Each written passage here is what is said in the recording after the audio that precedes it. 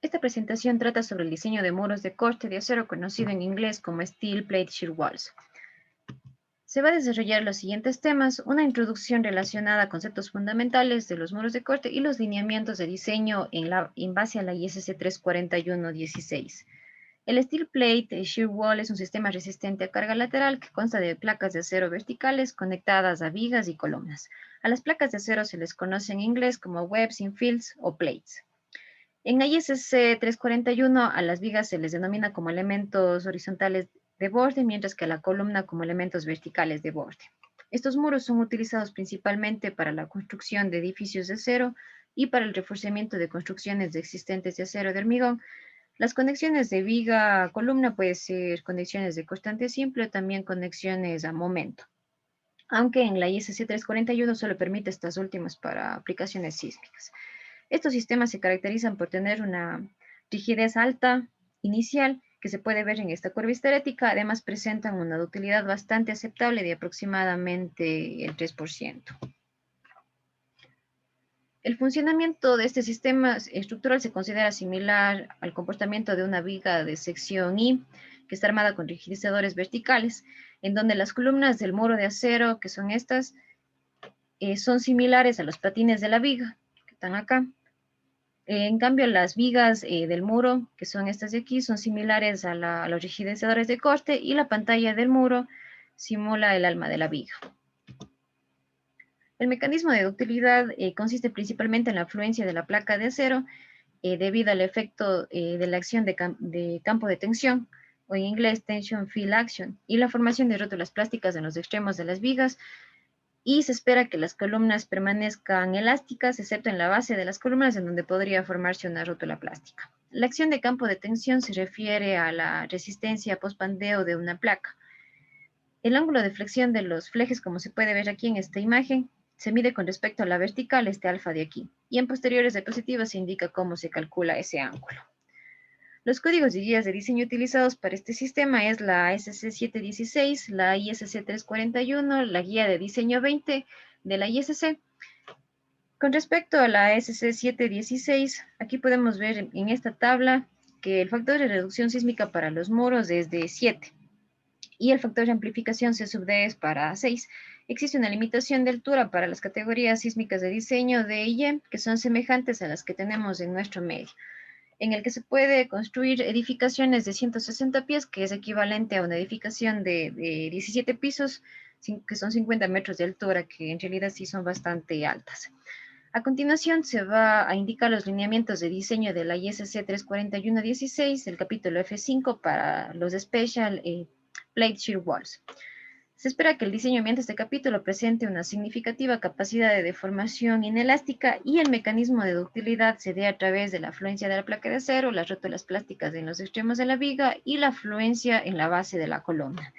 Para el análisis se debe tomar en cuenta algunas especificaciones: que las placas de acero deben ser diseñadas para soportar el 100% de la carga de gravedad y no deben ser consideradas para soportar deben ser diseñadas para soportar el 100% del constante y no deben ser diseñadas para soportar la carga de gravedad. En el caso de los pórticos, estos deben diseñarse para un mínimo del 25% del corte de la placa de acero. Este requisito es para evitar derivas excesivas. Por otro lado, la resistencia requerida en elementos de borde, vigas y columnas y también las conexiones serán determinadas usando la capacidad límite, que se obtiene asumiendo que las placas desarrollen su resistencia esperada a tensión a un ángulo alfa, que es el que ya vimos anteriormente, y también en el cual las vigas resisten momentos en cada extremo igual a 1.1 RY por MP para alfa S, en donde el RY es la relación entre el esfuerzo de fluencia probable y el especificado, mientras que el MP es el momento plástico. Alfa S es un factor de ajustes de fuerzas y este es igual a 1 para el RFD. El estado de tensión en las placas se determinará ignorando los efectos, deben determinarse ignorando los efectos de las cargas gravitatorias. Existen varios requerimientos que deben cumplir también los elementos de Bohr. En este caso tenemos, por ejemplo, la inercia mínima. En el caso de las columnas se determina con esta fórmula y para las vigas con la fórmula de abajo, donde L es la distancia que existe entre los ejes centrales de las columnas, que son estas de aquí. H es la distancia entre los ejes centrales de las de las vigas y TW es el espesor de la placa. En el caso de las vigas, el espesor es la diferencia entre el espesor de la placa superior y el espesor de la placa inferior, ya que pueden ser diferentes. Las inercias se determinan con respecto al eje perpendicular al plano de la placa. Las inercias mínimas son importantes debido a que garantizan que toda la placa experimente fluencia al alcanzar la deriva de diseño y además se produzca una distribución uniforme de los esfuerzos como se puede ver en esta figura de aquí. Otro requerimiento es acerca de la conexión entre las vigas y las columnas. Estas deben cumplir con la sección E3.4a, la cual indica que la sumatoria de momentos de las columnas, que es este de aquí, con respecto a la sumatoria de momentos de las vigas, en todas las intersecciones viga-columna, debe ser mayor o igual a 1, como se muestra aquí en la fórmula. No se debe incluir el efecto también de las placas para este cálculo. Con respecto al arrastramiento de las vigas, deben satisfacer los requerimientos de miembros moderadamente dúctiles en la sección D.1.2a, la cual menciona que los arrastramientos deben cumplir con el apéndice 6 de la ISC 360 y con una separación máxima de arrastramiento que se obtiene mediante esta fórmula, donde R y es el radio de giro. En resto de términos ya se mencionó anteriormente de qué se trataba. Ahora se va a presentar los requerimientos de diseño para los miembros de los muros de acero. En el caso de las vigas y columnas y elementos intermedios, deben satisfacer con el capítulo o la sección de 1.1 para miembros, esto de aquí nos da para miembros altamente dúctiles y secciones sísmicamente compactas. La capacidad acortante de diseño de la placa phi b sub n para estado límite de fluencia en corte se determina con esta fórmula de aquí, en donde LSF es la luz libre de las columnas, es decir, la longitud entre los patines. El diseño preliminar del espesor de la placa se puede determinar suponiendo que el ángulo de inclinación de los flejes, o sea, alfa, sea de 40 grados de acuerdo con DAPSFAN.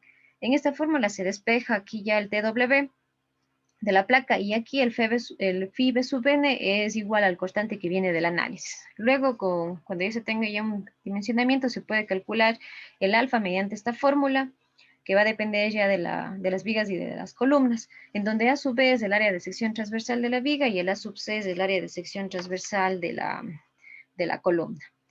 Si los elementos de Borges son diferentes para el cálculo de áreas y de las inercias, se debe utilizar una media. Con respecto a las vigas, estos deben ser diseñados para evitar la fluencia debido a la flexión en regiones que sean distintas, cercanas a la conexión viga-columna. Esto se debe a que un estudio de Purva de 2012 se demostró que las rótulas plásticas dentro de la viga y no en los extremos pueden producir una acumulación excesiva de deformaciones, así como una deformación parcial de las placas y también una resistencia global plástica que sea menor. Esta sección de la norma ofrece dos enfoques de diseño para evitar rótulas plásticas en el claro de la viga. Estos requerimientos deben ser cumplidos por uno de los siguientes casos. Tenemos el A y el B. Perdón, aquí un error debería ser el B. Y en el caso del A, las vigas con resistencia disponible para resistir 2 veces el momento de la viga de un solo claro. Está basada en las cargas gravitatorias y la fluencia de la placa. Para esto la norma nos da un módulo plástico de sección, que es esta fórmula de aquí, en donde W, Y, B, I se calcula con esta fórmula y el F, Y, el F sub Y, B es el esfuerzo de fluencia de la viga, el LB la longitud de la viga, el F, Y, P es el esfuerzo de fluencia del panel, el TP sub B es el espesor del panel y el alfa es el ángulo de inclinación del campo de tensión que vimos anteriormente. En el caso del literal B, la resistencia disponible para resistir el momento de la viga es en un solo claro y está basado en las cargas gravitatorias, la fluencia de la placa con alas reducidas. Y aquí se va a mostrar una figura en donde se expresa lo que se indicó anteriormente en esta diapositiva. En la figura del listero se muestran las deformaciones para un muro de acero que no garantiza la formación de rótulas plásticas dentro del claro de la viga. Se puede ver que tienen deformaciones más grandes que las de un muro de acero que sí restringe la formación de rótulas plásticas en los claros, como puede verse en esta figura. Para la zona protegida, esta deberá satisfacer las especificaciones de la sección de 1.3 y también deberá incluir las placas, los elementos que conectan a las placas, los elementos que conectan a las placas, a las vigas y columnas, las zonas en donde se desarrollan rótulas plásticas, que son los extremos de la viga. Por último, vamos a revisar los requerimientos para las conexiones. Las conexiones recomendadas según el código de diseño son por medio de soldadura y deben cumplir los requerimientos de la sección A434B. Este especifica la demanda de soldaduras críticas en función de la resistencia del acero, y la sección I23 que indica el tipo de soldadura de ranura en el empalme de la columna. Está basado en los requerimientos propuestos del código AWS. Por otra parte, las conexiones entre elementos de borde deben satisfacer los requerimientos de la sección E16B, que es Fully Restrained Moment Connections. Como ya se mencionó anteriormente, deben ser diseñadas usando los criterios de capacidad de límite correspondiente con los efectos de la carga sísmica, y la zona de panel debe satisfacer con la sección E3.6E. Perdón. La resistencia requerida de las conexiones del alma a las vigas y columnas deberá ser igual a la resistencia de fluencia esperada en tensión del alma calculado con el ángulo alfa. Esto también ya se mencionó antes. El esfuerzo a tensión de uno de los tirantes del alma se define igual a RY por FY por AS, en donde AS es el área de la sección transversal del tirante. El tirante se puede ver aquí en esta figura, que es uno de los flejes en los que se divide toda la placa. Y esta S se determina con esta fórmula de aquí, en donde L es el ancho del panel, el H es la altura del panel y N es el número de tirantes por panel. Se recomienda un valor igual o mayor a 10. Ya por último, los empalmes de la columna deberán cumplir con los requerimientos de la sección D25. La soldadura es utilizada para generar el empalme y debe ser una soldadura de ranura de penetración completa. Los esfuerzos de corte para las conexiones soldadas deberán ser determinadas mediante la ecuación que se presenta en la sección F42. Como conclusiones, se tiene que los muros de acero son efectivos para el diseño de sistemas resistentes a carga lateral, tanto para edificaciones nuevas como para edificaciones existentes que sean de hormigón o sean de acero. Además, presentan ventajas constructivas, ya que requieren menos tiempo para su instalación, no requieren curado y también son más fáciles de ensamblar. Además, para futuras actualizaciones de código se espera que se presente este sistema estructural, ya que actualmente en la INDEC no se encuentra. Para mayor información o detallamiento, aquí se puede ver todas las referencias que se utilizaron para esta presentación, y eso es todo. Muchas gracias.